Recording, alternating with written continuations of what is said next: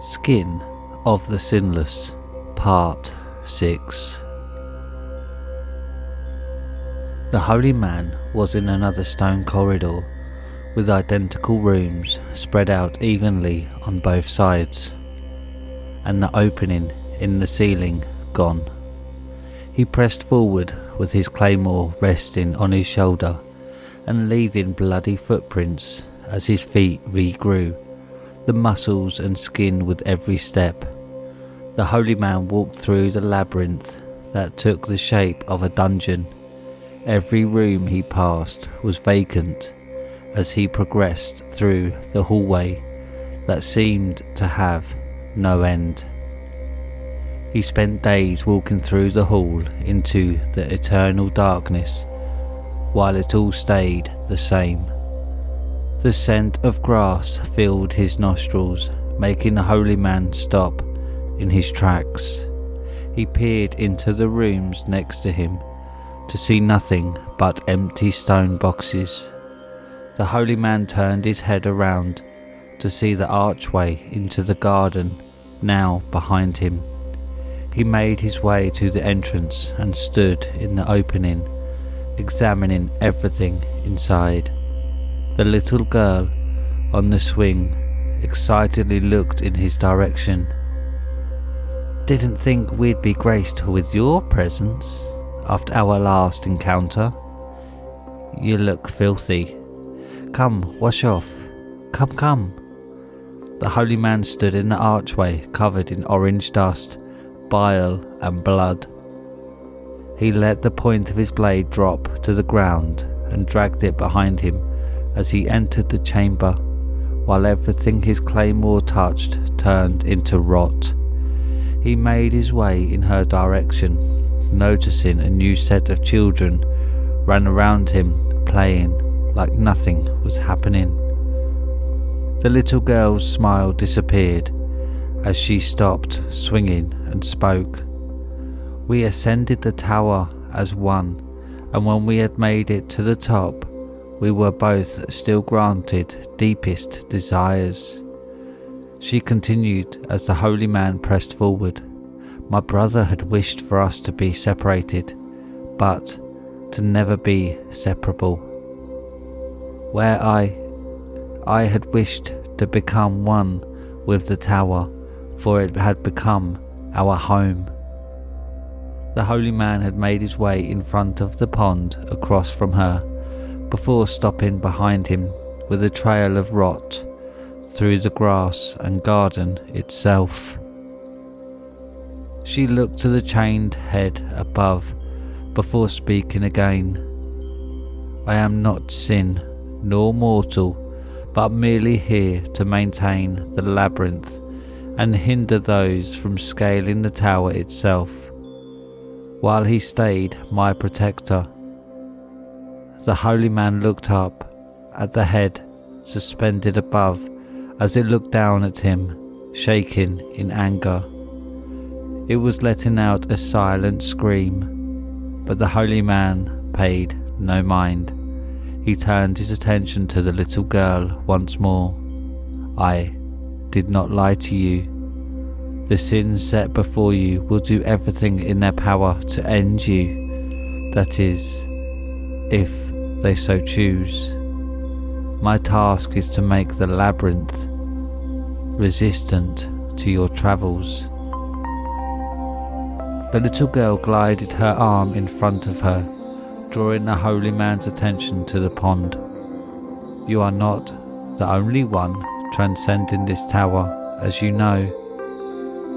I am having conversations with many where you stand as we speak, all at the same time, all at different points in time. Instances of different individuals, pairs and bands of all kinds seeking the top of the tower, are standing around him and relaxing in the new blood-red pond in front of him. Some had their weapons drawn and were answering to her stone protectors." The little girl continued. "The tower gains its power through all your sorrows and the children are what keep me eternal. The holy man made his way around the pond as he caught a glimpse of the garden in its true form.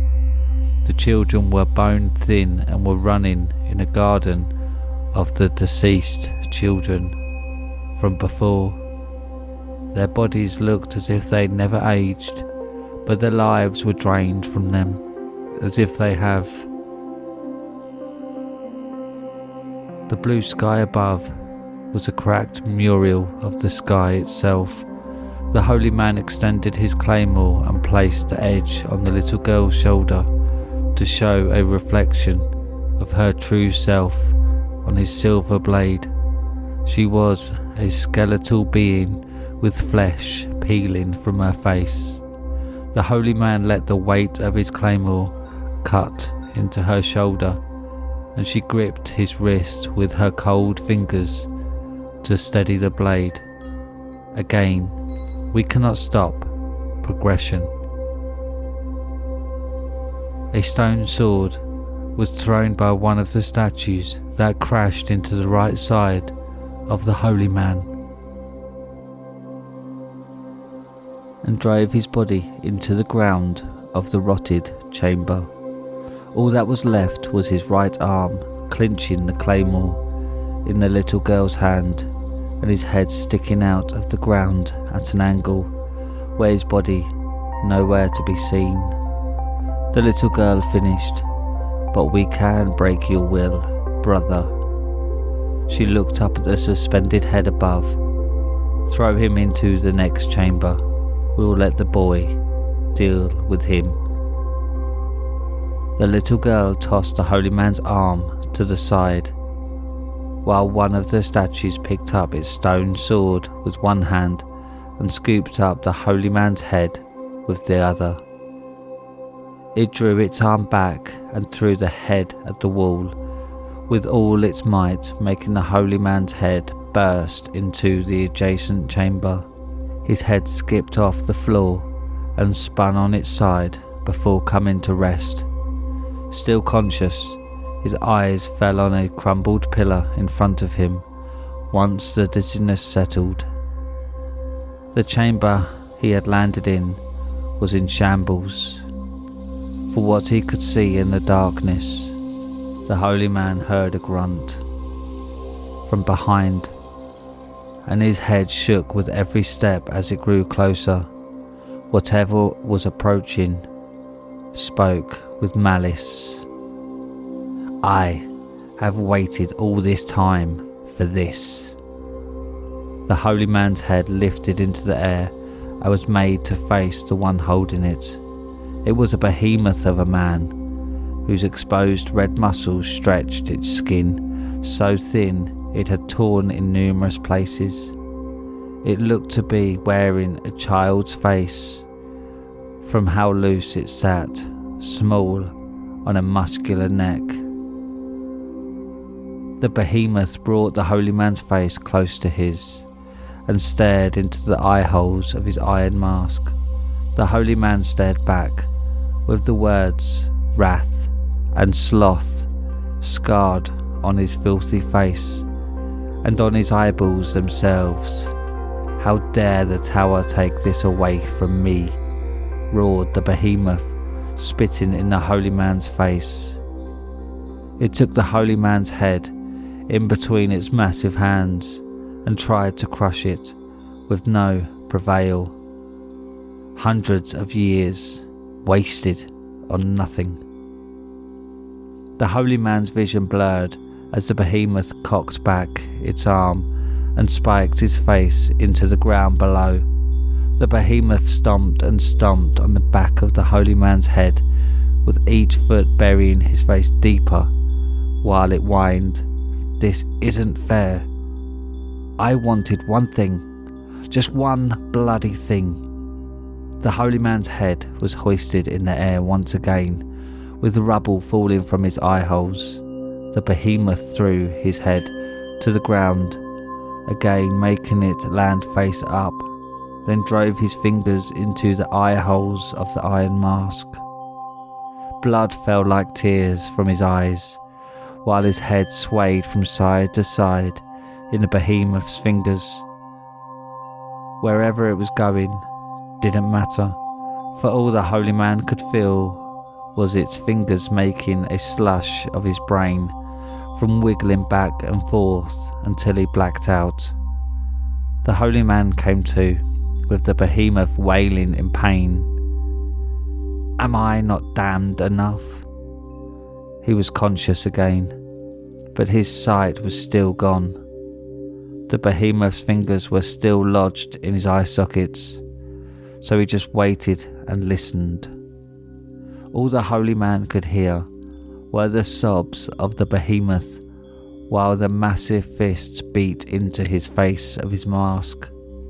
One after another, his brain bounced around his skull, while the monster cried for days, until it all of a sudden came to a halt. The ground rumbled with each step it took away from the holy man's head, while its roaring voice trailed off.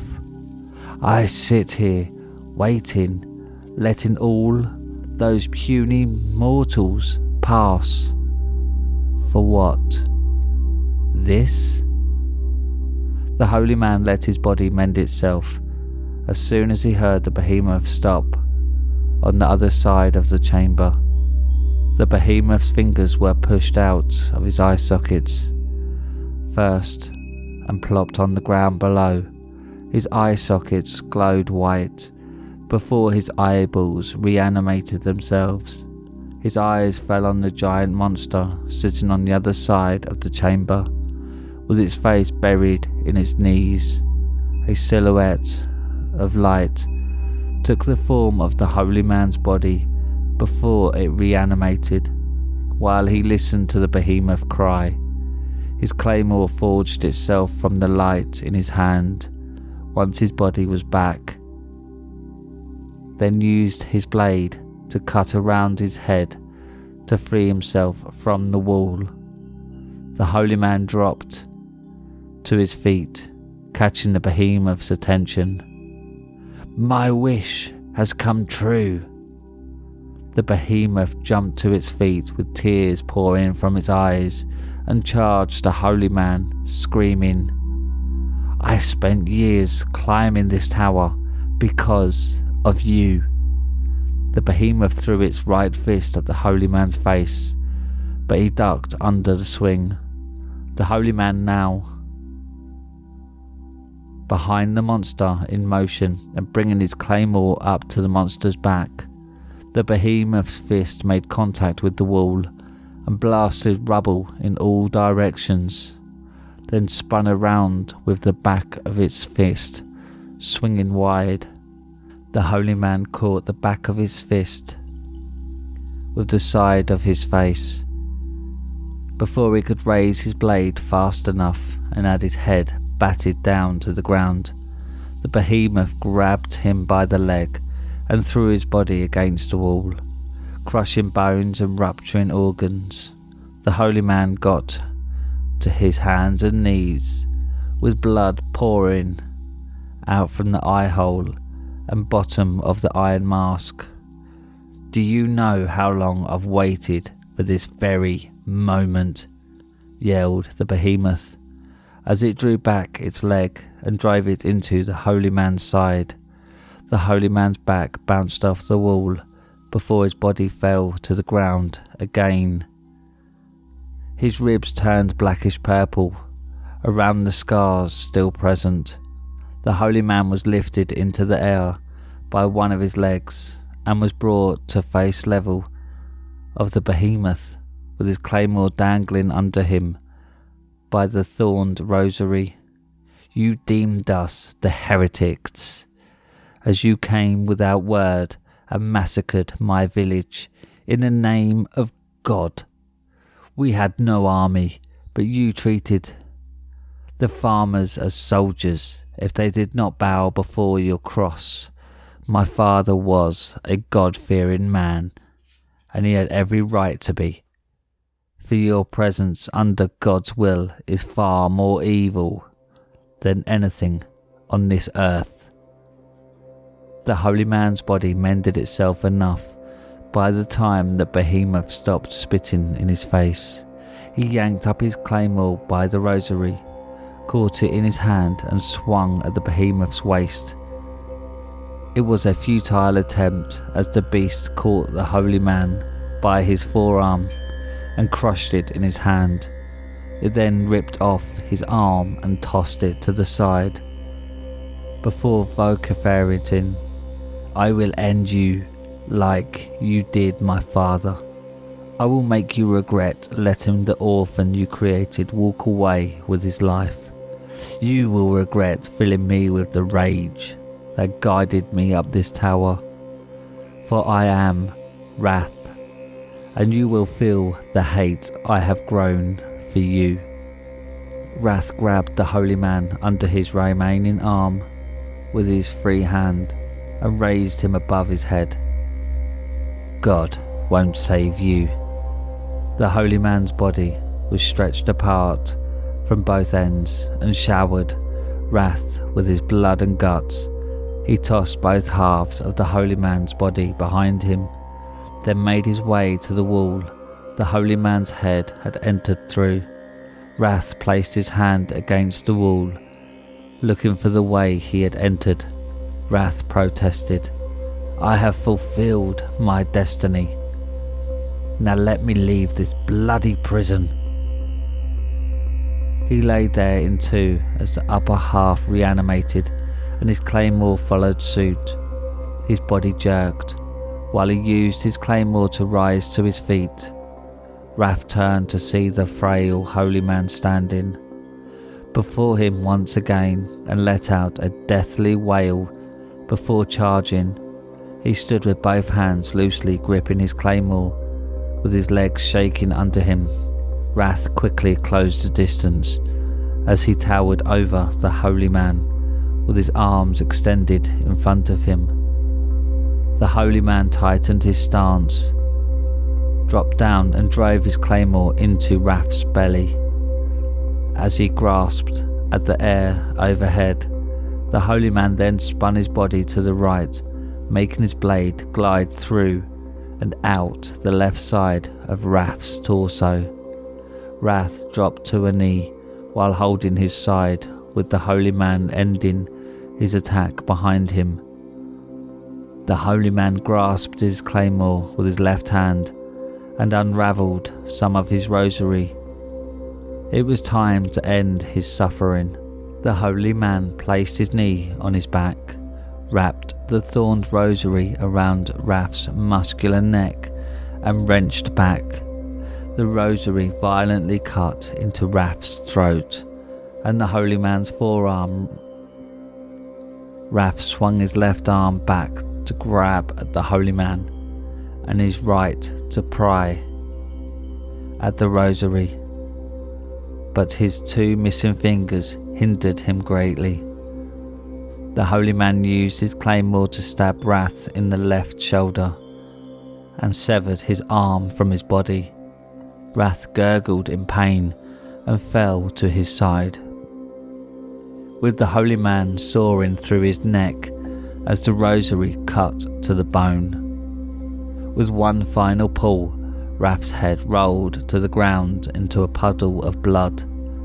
The holy man rose to his feet, then looked down at the behemoth's lifeless body that spewed blood from its neck. Tears fell from under his iron mask and mixed with the blood below. He crouched down to pick up its small head off the ground by the hair so he could get a clearer look at his face. The head slipped from its skin, so the only thing he brought up was a flesh mask. All the suffering he has ended without leaving a face to recognize. The holy man rewound the rosary in place, plucked the behemoth's head with his claymore, then jabbed it into his heart. He looked up at the dark ceiling with a single tear falling from under his mask. The word wrath illuminated all over his body, then disappeared, leaving the only sin left. The ground was taken from under his feet as the holy man was yanked to the ceiling. He landed on his back with his arms splayed out. Little by little, all the rubble from the ground below did the same. Raf's body fell up and landed directly on him, with the stone foundation below soon to follow.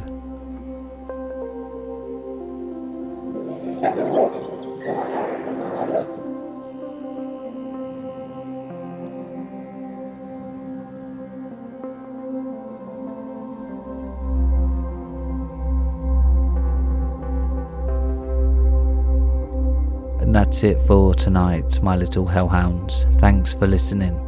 If you've enjoyed tonight's scary stories, then don't forget to subscribe and click the like button. If you have any scary stories you want narrated on the channel, then submit them to Reddit r/homeofscares and follow me on Twitter at homeofscares. Now, good night, my little hellhounds.